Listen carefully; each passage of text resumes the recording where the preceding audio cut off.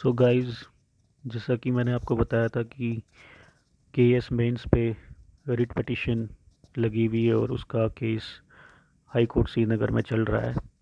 तो आज लिस्ट हुआ था और इस पर आर्गुमेंट्स भी हुए थे, लेकिन आज फिर से ये केस जो है वो कल के लिए लिस्ट हो गया है। यानी आज फिर कोई फाइनल डिसीजन नहीं आया है और कोर्ट की हियरिंग एडजर्न हो गई है।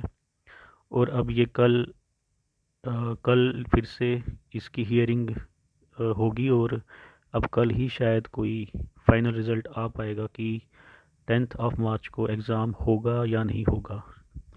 अब तब तक तो एक सस्पेंस की सिचुएशन तो बनी ही हुई है और मैं समझ सकता हूँ कि इसमें जो कैंडिडेट्स हैं वो कितना सफ़र कर रहे होंगे। लेकिन क्या किया जा सकता है, अब इसमें हम कुछ कर भी नहीं सकते। अब हमें वेट एंड वॉच की पॉलिसी अडॉप्ट करनी पड़ेगी और मेरे हिसाब से तो अपनी स्टडीज़ कंटिन्यू रखनी चाहिए कैंडिडेट्स को, क्योंकि क्या पता क्या हो सकता है कि 10 मार्च को एग्ज़ाम हो ही जाए। लेकिन होने को कुछ भी हो सकता है, तो उसी हिसाब से अपनी स्ट्रेटजी भी रखनी पड़ेगी, अपनी तैयारी भी वैसे ही रखनी पड़ेगी। तो यहाँ पे लिखा हुआ है respondent PSC closes their arguments, court adjourns the matter for today, listed again for tomorrow.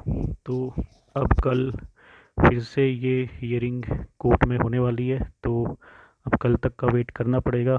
तब तक अपनी तैयारी कंटिन्यू रखिए और ज़्यादा फेसबुक वगैरह पे ध्यान ना दे करके अपनी स्टडीज़ पर ही ध्यान रखना इस टाइम पे अच्छी राइट स्ट्रेटजी होगी। Thank you.